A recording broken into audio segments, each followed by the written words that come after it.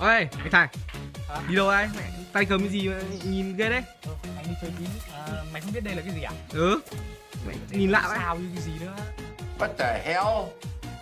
Thôi, mày đừng có bốc phét. Mày đừng có mồm điêu đi. Ui, đến lúc sau thì mẹ nhìn nó lạ hoắc. Đến hôm sau tao mới mua 25.000 trên chợ. What the hell? Chợ đấy. Ui, đắt thuê. Có cái tay cầm gì kìa? Hôm nay là trung thu, tao mua nguyên liệu về để làm bánh. Mèo thì hôm nay ngày bao nhiêu mà trung thu? Hôm nay thì ngày trung thu đâu, trung thu chục ngày nữa thôi này. Ừ, ôi bố Thành lại mẹ vui trước hẳn tuần rồi. Ôi thế tao lại lỡ mua nguyên liệu làm bánh trung thu rồi. Thôi, mẹ nguyên liệu làm bánh trung thu thì xanh lét này. Ôi thế mày không biết à? Nguyên liệu tí nữa tao vào cho làm bánh trung thu cho mày xem. Thôi thì mẹ, thôi hôm nay gọi là làm tạm hay gọi là hướng dẫn các bạn làm bánh trước một tuần để tuần sau các bạn tự làm. Ok. Ok.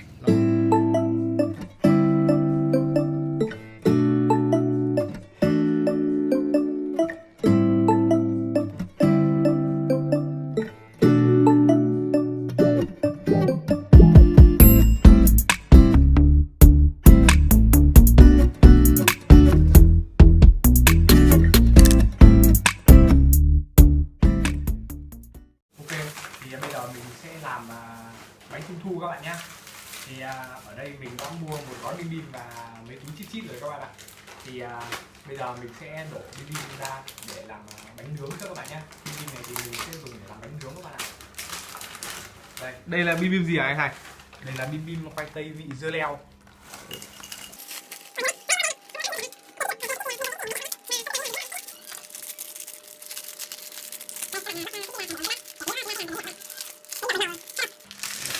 Ok, bây giờ mình và thằng Hưng sẽ đi làm bánh nướng. Ok các bạn ơi, thì bây giờ mình sẽ bóp nát cái bim bim này ra để làm phần nhân bánh các bạn nhé. Đây, các bạn bóp nát vừa vừa đây. Nếu mà bóp nát quá thì bánh của chúng ta sẽ không được ngon các bạn ạ. Bật mí với các bạn là công thức này chỉ có độc quyền như kênh Thành Gà Kê đây các bạn nhé. Đây, các bạn bóp nát bim bim nó tầm này là được rồi các bạn. Đầu tiên là mình sẽ đổ bột mì vào các bạn nhé. Các bạn cho khoảng 100 đến 200 g bột mì các bạn ạ. Tiếp theo là để bánh của chúng ta được nở đều và ngon hơn thì chúng ta sẽ cho khoảng từ 5 đến 10 g bột nở các bạn nhé. Rồi, tiếp theo đó là mình sẽ sử dụng một lòng đỏ trứng gà để bánh được có màu vàng và ăn sẽ được mềm hơn các bạn ạ. Đây, các bạn chỉ nhớ là lấy nguyên lòng đỏ đấy nhé. Rồi, và chúng ta sẽ cho nước. Nước này thì các bạn có thể dùng nước trắng hoặc là nước đun sôi để nguội hoặc là nước đường cũng được các bạn ạ. Và chúng ta sẽ cho vào. Chúng ta sẽ khuấy đều lên các bạn nhé. Chúng ta khuấy đến bao giờ cho bột của chúng ta đặc sệt sệt vào được các bạn ạ. Đấy, như các bạn có thể thấy thì do là có trứng nên là bột của chúng ta có màu rất là vàng các bạn ạ. Thì ở bánh trung thu bình thường thì người ta cho bột đường nấu chảy vào rồi các bạn nhé. Nhưng mà ở đây thì vì do là công thức riêng của mình nên là mình sẽ không làm theo công thức đấy các bạn ạ.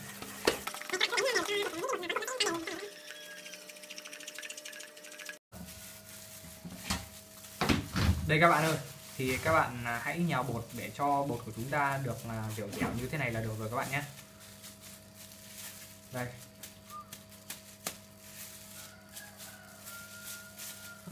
Ok, thì bây giờ mình sẽ cho nhân vào các bạn nhé. Nhân thì mình dùng luôn là cái bim bim này các bạn ạ.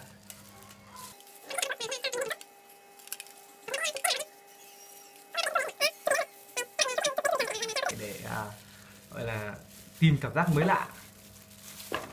Ôi dồi ôi, không hiểu tại sao nó lại dính như thế này các bạn ạ.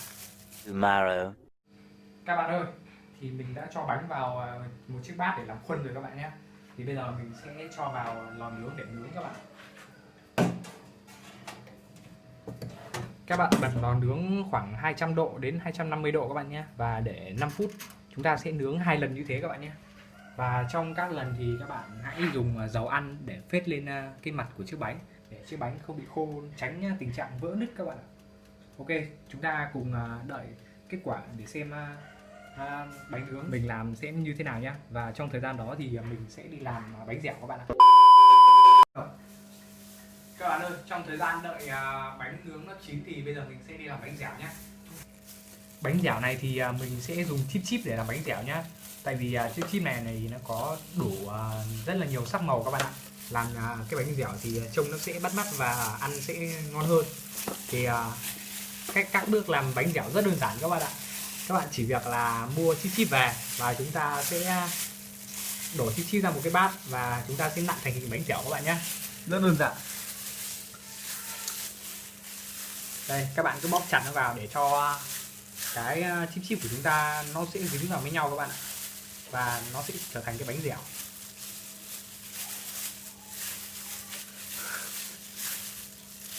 Hưng có cảm nhận gì nói đi.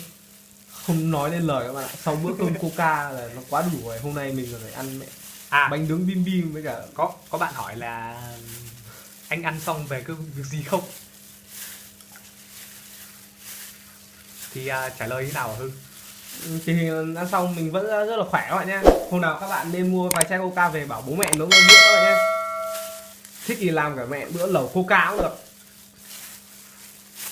Hôm nào làm bữa lẩu Coca này. Được đấy. Lẩu ngọt.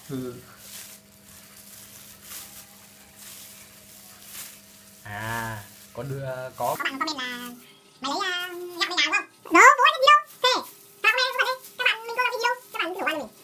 Mình từ bé là không biết các qua cái gì. Thì qua video này thì mình xin cảm ơn các bạn đã xem video trước là video nấu ăn với tất cả các món với Coca nhé. Thì video đấy được rất là nhiều người ủng hộ các bạn. Thì mình xin chân thành cảm ơn các bạn. Rồi các bạn nhé. Đây các bạn ơi, thì sau một hồi nặn bánh mệt nhọc thì mình đã làm ra được một chiếc bánh dẻo các bạn ạ. Đây, bánh dẻo với sắc màu các bạn nhé. Đây là chiếc bánh dẻo các bạn nhé. Đấy, để tí mình sẽ cắt ra và ăn thử để xem bánh dẻo nó có ngon không các bạn nhé. Ok, bây giờ mình chỉ việc là đợi bánh chín và chúng ta sẽ thưởng thức với các bạn. 2000 years later. Ok anh em ạ. Bây giờ mình sẽ đi mời anh em trong đội muốn lần để ăn bánh các bạn nhé. Mời các anh em trong đội muốn ăn thử. Đúng không? Sao còn mỗi mày này, mấy thằng kia đâu?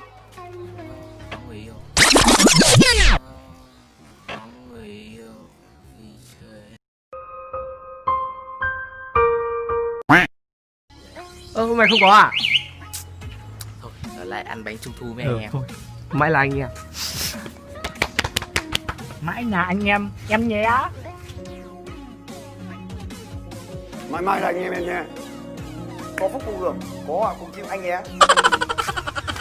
Thôi, bây giờ anh em mình ngồi ăn bánh trung thu. Đây, ngồi đây các bác. Đây, ra đây anh mời anh em ăn bánh trung thu. Đấy. Đây là bánh dẻo, đây là bánh nướng này. Đấy. Nào mời Dũng thử trước đi. Đây là đền ông xã. Nhưng mà hôm nay chưa đến trung thu nhưng mà anh làm trước. Tại vì anh xem nhâm lịch. Để ăn thử. Này, anh em ăn đi. Cho chú miếng bánh dẻo. Đây bánh dẻo. Đây. Ui rồi. Dẻo trước. Ui. Đây, mình nhìn bánh dẻo chảy ra như phô mai nhá. Giữa hộ em gái. Chua chua ngọt ngọt. Dai dai. Miếng bánh dẻo này các bạn. Mình sẽ ăn bánh dẻo trước các bạn nhé. Rồi. Ngon lắm các bạn. Bánh dẻo này ăn có rất là nhiều mùi vị các bạn ạ. Ăn dẻo ngon ngon. Nào Dũng thử miếng nữa rồi nói cảm nhận nào.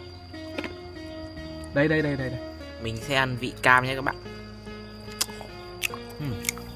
Ăn cái bánh dẻo này rất là rõ vị. Chua chua, dai ngọt ngọt. Nồng vị cam, hoa quả. Tuyệt vời. Về xem còn anh Thành cảm nhận nào.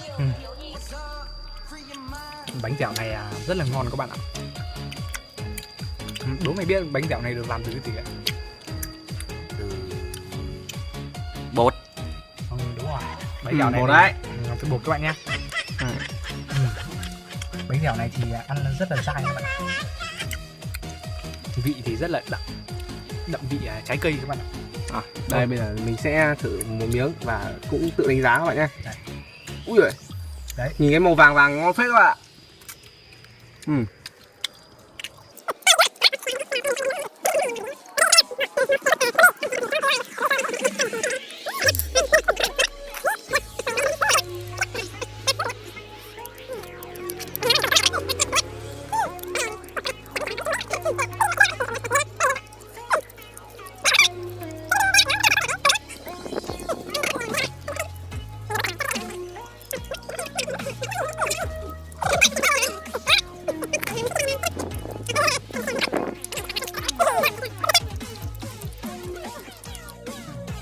giờ mình sẽ ăn đùi cả miếng to các bạn nhé.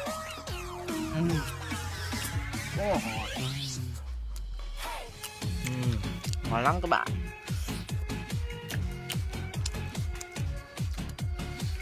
Thấy rõ vị trứng rồi các bạn. Ăn ra là thấy một vị trứng rồi.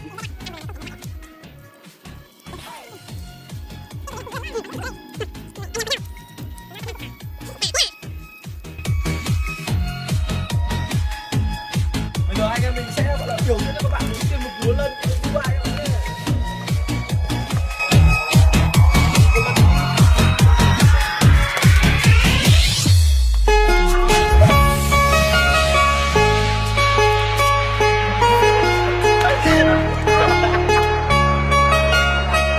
Subscribe ở cái chỗ này này các bạn này, nhớ subscribe nhá.